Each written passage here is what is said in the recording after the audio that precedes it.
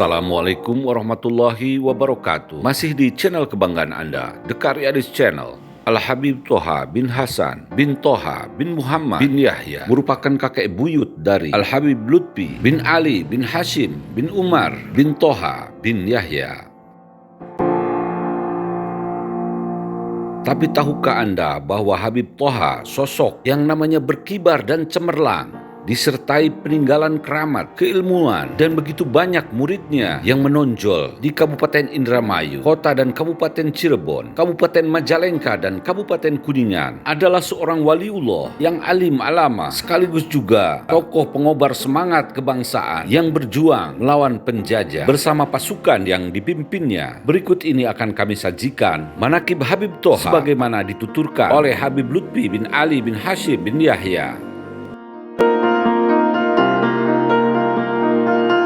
Al-Arif Billah Al-Habib Thoha bin Hasan bin Thoha bin Muhammad Al-Qadi bin Yahya Ba'alawi, putra dari Habib Hasan bin Yahya yang dilahirkan di Ledok, Pekalongan. Versi lain menyebut bahwa ia dilahirkan di Yogyakarta tahun 1192 Hijriah bertepatan dengan 1771 Masehi. Habib Hasan selaku ayahnya sudah mendidik Habib Thoha sejak usia belia. Beliau mendapatkan pelajaran berbagai ilmu, khususnya di bidang agama, sehingga pada usia 10 tahun beliau juga sudah hafal Al-Quran dan ribuan hadis serta mempelajari berbagai macam kitab. Beliau sempat belajar kepada Kiai Taftazani tentang Tariqah Satoriyah dari Syekh Muhyiddin Pamijahan, yang juga merupakan guru dari Pangeran Diponegoro dan guru dari para bangsawan Keraton Ngayogyakarta Hadiningrat. Sejak usia belia, beliau juga berlatih olah keprajuritan di bawah bimbingan langsung dari ayahandanya, yaitu Habib Hasan bin Thoha bin Yahya,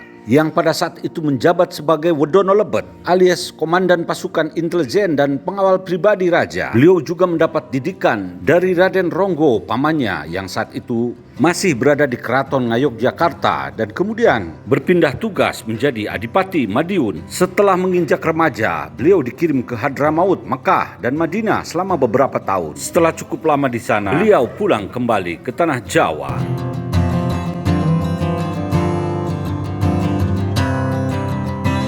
Beliau melakukan perjalanan pulang ke tanah Jawa melalui India, Penang, mengikuti jejak para leluhurnya untuk melakukan dakwah sekaligus menambah wawasan di bidang perdagangan. Kemudian beliau mendarat di Semarang dan melanjutkan perjalanan ke Pekalongan. Di Batang, sebelum tiba di Pekalongan, beliau mampir dulu ke saudaranya. Setelah dari Pekalongan, beliau dalam kurun waktu tertentu beliau berdakwah di Palimanan. Namun beliau kemudian dipanggil oleh ayahandanya yang saat itu menjabat sebagai Panglima Kesultanan Ngayogyakarta Hadiningrat sekitar tahun 1230 Hijriah atau 1815 Masehi. Habib Thoha kemudian bergabung dengan pasukan utama keraton sebagai pasukan telik sandi atau intelijen, khususnya di wilayah Bangkulon atau sisi barat Keraton Ngayogyakarta Hadiningrat. Setelah beberapa tahun mengabdi, Sri Sultan Hamengkubuwono II mengangkat Habib Thoha sebagai Panewu di Kapanewon Keraton. Beberapa tahun kemudian beliau ditugaskan ke Palimanan. Jabatan Panewu dilanjutkan oleh putranya Habib Umar bin Thoha.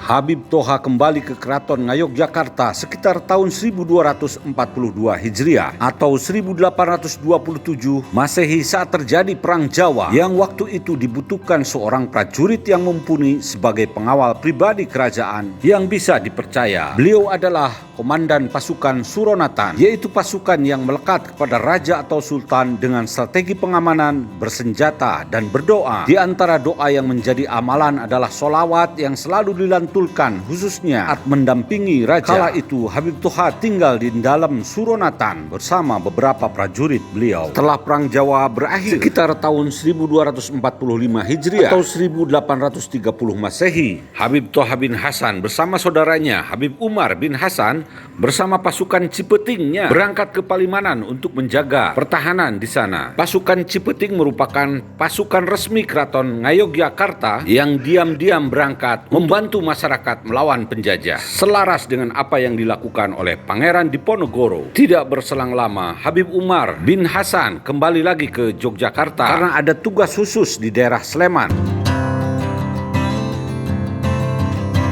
Pada tahun 1254 Hijriah atau 1839 Masehi, Habib Toha bin Hasan memanggil putranya yaitu Habib Umar bin Toha dan saudaranya yaitu Habib Umar bin Hasan yang saat itu menjabat sebagai perwira menengah di Keraton Ngayogyakarta. Keduanya diberi tugas untuk menumpas gangguan dari kelompok liar di daerah Bagelen. Kelompok ini merupakan sisa-sisa pemberontakan yang ada sejak Habib Hasan bin Toha. Habib Toha bin Hasan sendiri pada saat itu berangkat ke Palimanan, sehingga tugas penumpasan dan pembersihan sisa-sisa laskar liar dari Bagelen ini diamanahkan ke saudaranya yaitu Habib Umar bin Hasan dan putranya yaitu Habib Umar bin Toha. Ketika berada di Palimanan, Habib Toha bin Hasan tinggal di rumah Habib Alwi bin Toha bin Muhammad, paman beliau yang juga sekaligus guru beliau di bidang ilmu fikih. Di kediaman beliau tersebut juga dijadikan sebagai tempat koordinasi dari pasukannya yang tersebar di Sindang Laut, Cirebon sampai Banten. Termasuk di dalamnya 7.000 pasukan Cipeting yang dahulu menjadi anak buah dari ayahandanya yaitu Habib Hasan bin Toha bin Yahya. Di Palimanan itulah benteng pertahanan yang cukup kuat di wilayah barat Keraton Ngayogyakarta Hadiningrat. Beberapa waktu berselang setelah selesai misinya di Palimanan, beliau berpindah ke Sindang Laut dan membangun sebuah benteng pertahanan yang luas di kawasan Sindang Laut, Ciledug. Beliau juga mendirikan pondok pesantren yang pesat di daerah Balai Kabuyutan, Leweng Gajah, Sindang Laut. Karena prihatin melihat kondisi masyarakat di daerah Ciledug dan karena kondisi keamanan sudah semakin stabil, Habib Toha kembali menekuni kegiatan perdagangannya, di antaranya perdagangan yang diwarisi dari kakek beliau yaitu Habib Toha bin Muhammad. Hasil dari perdagangan tersebut sebagian besar digunakan untuk membangun lumbung-lumbung padi dan juga melengkapi sarana keprajuritan. Selain itu, beliau juga mengajarkan cara bertani yang baik sehingga pertanian hasilnya melimpah. Daerah Cirebon sisi timur juga mengalami hal yang serupa karena nelayan dan masyarakat terjamin keamanannya karena penjajah dan perompak juga tidak bisa menembus pertahanan dan strategi capit urang yang diwarisi Habib Toha dari ayahnya, sehingga hasil ikan dari nelayan bisa dibawa pulang dengan aman tanpa gangguan dari luar. Selain berdagang tekstil, beliau juga berdagang kuda yang diambil dari Sumbawa. Selain diperdagangkan, kuda-kuda tersebut juga digunakan untuk memperkuat pasukan berkuda. Pondok pesantren yang didirikan beliau semakin ramai didatangi orang luar daerah. Pada akhirnya ia menjadi benteng di Sindang Laut itu juga dijadikan sebagai pusat dakwah dan pelatihan dari santri-santri pilihan untuk beliau menjadi prajurit Keraton Ngayogyakarta di wilayah barat. Pasukan yang berprestasi kemudian diusulkan oleh beliau untuk menjadi pasukan di pusat Keraton Ngayogyakarta Hadiningrat. Dengan meningkatnya perekonomian dan kesejahteraan di wilayah Sindang Laut dan sekitarnya, beliau merasa berkewajiban untuk menjaga akhlak di wilayah itu. Habib Toha membangun sekitar 100 masjid. Satu di antaranya adalah Masjid Leweng Gajah yang berada di komplek pesantren. Beliau juga membekali para santrinya dengan ilmu perdagangan dan pertanian dan amalan-amalan khas tertentu. Beliau mendapatkan petunjuk dari leluhur utamanya yaitu Kanjeng Nabi Muhammad SAW untuk menciptakan sebuah kitab yang kemudian diamalkan khususnya oleh para santri dan masyarakat di sekitar Ciledug yang kemudian disebut Kitab Ratib Kubro. Isi kitab tersebut diambil dari Al-Quran, hadis, dan kitab-kitab yang beliau pelajari. Antara lain berupa sholawat, tawasul, dan doa-doa yang berisi ungkapan kecintaan kepada Kanjeng Nabi Muhammad SAW, rasa syukur, menjaga kebersihan hati, keselamatan. Amalan Ratib Kubro tersebut kemudian diturunkan kepada keturunan beliau dan bisa diamalkan santri beliau dan halayak umum. Ratib Kubro kemudian menjadi semakin tersebar ke seluruh penjuru Nusantara karena dari para pengamal. Mereka merasakan bahwa setelah mengamalkan ratib tersebut merasakan adanya kemudahan, ketenangan, dan lain-lain. Sehingga mereka tidak segan-segan untuk menyampaikan kepada sanak saudaranya handai tolan. Sampai sekarang Ratib Kubro menjadi kitab yang dijazahkan kepada santri-santri dari Maulana Habib Lutfi bin Yahya yang merupakan salah satu keturunan beliau.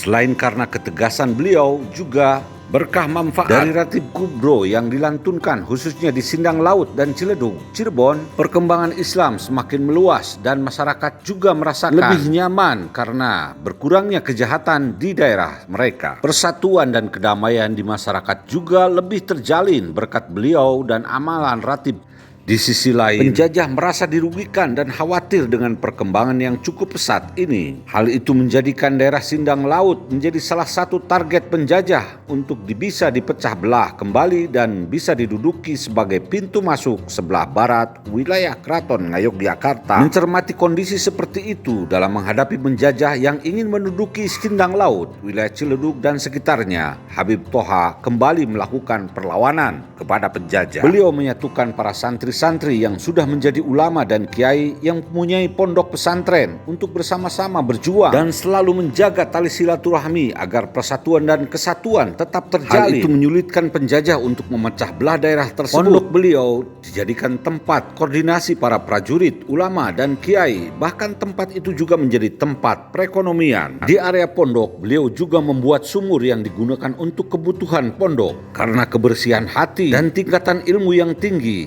akhirnya sumur tersebut mempunyai karomah seperti halnya sumur yang pernah dibangun para leluhur beliau. Salah satu karomah dari air sumur tersebut yaitu setelah digunakan mandi oleh prajurit yang terluka, lukanya kemudian sembuh. Meskipun perkembangan ajaran Habib Toha dan para kiai di sekitar Ciledug semakin meluas, namun masih saja ditemui ajaran-ajaran yang menyimpang.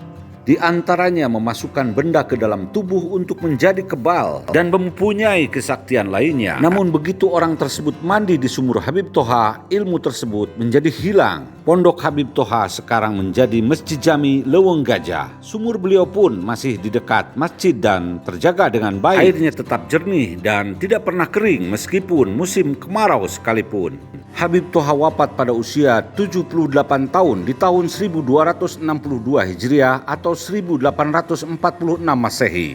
Beliau dimakamkan kurang lebih 1 kilometer dari komplek pondok pesantren milik beliau. Wafatnya Habib Toha menjadikan duka mendalam bagi keluarga besar Keraton Ngayogyakarta Hadiningrat yang saat itu dijabat Sultan Hamengkubuwono III. Karena bagaimanapun beliau masih keponakan Sultan. Warga masyarakat juga kehilangan sosok ulama, guru sekaligus pelindung yang selama ini mengayomi mereka. Habib Toha bin Hasan dan 7 putra dan 1 orang putri yang semuanya taat dan berbakti kepada orang tua, memiliki akhlak yang luhur yang terpuji. Mereka adalah Al-Alamah Al-Arif Billah Al-Habib Al-Imam Abdullah, seorang imam Masjidil Haram yang wafat di Madinah. Kemudian yang kedua Al-Alamah Al-Arif Billah Al-Habib Al-Imam Muhammad. Yang ketiga Al-Arif Billah Al-Habib Al-Imam Ahmad, ulama Malaysia yang wafat di Singapura.